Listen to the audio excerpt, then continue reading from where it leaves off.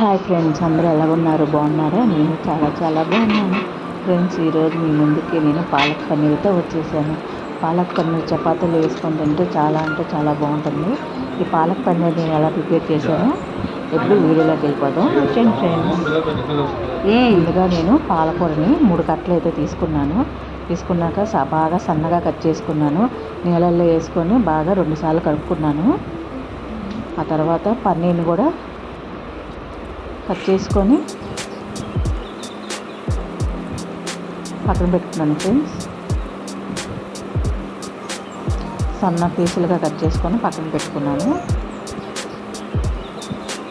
అలాగే ఉల్లిపాయ, టమాటా, 4 పచ్చిమిరపకాయలు కూడా కట్ చేసుకొని పక్కన పెట్టుకున్నాను. పాలకూరని పొయ్యి మీద పెట్టుకున్నాను. పొయ్యి మీద ప్యాన్ పెట్టి కళాయిలో ఆయిల్ వేసి లవంగాలు, దాల్చిన చెక్క, యాలక్కాయలు వేసుకొని టమాటా, పచ్చిమిరపకాయ, ఉల్లిపాయలు వేసుకొని బాగా మగ్గిపోవాలి. ఈ లోపల పాలకూర కూడా మగ్గిపోయింది, తీసేసాను.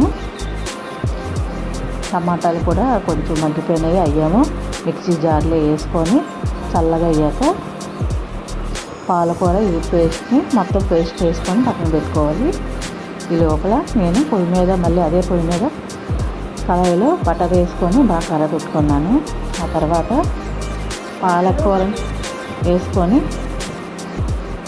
బాగా పచ్చివాసన పోయినంత వరకు బాగా మగ్గిపోవాలి. అందులో సాల్టు, కారం, ధనియాల పొడి వేసుకొని బాగా దగ్గరికి అయ్యాక పన్నీర్ ముక్కలను కూడా వేసేసుకొని బాగా కొంచెం వాటర్ వేసుకొని బాగా మగ్గిపోయాక అయిపోయింది. అంటే ఫ్రెండ్స్, పాలక్ పన్నీర్ రెడీ అయిపోయింది. చూస్తుంటే నోరూరిపోతుంది కదా, మీరు కూడా చేసుకొని తినేయండి. ఇంకే ఫ్రెండ్స్, ఈ వీడియో కనుక మీకు నచ్చినట్టయితే లైక్ చేయండి. బాయ్.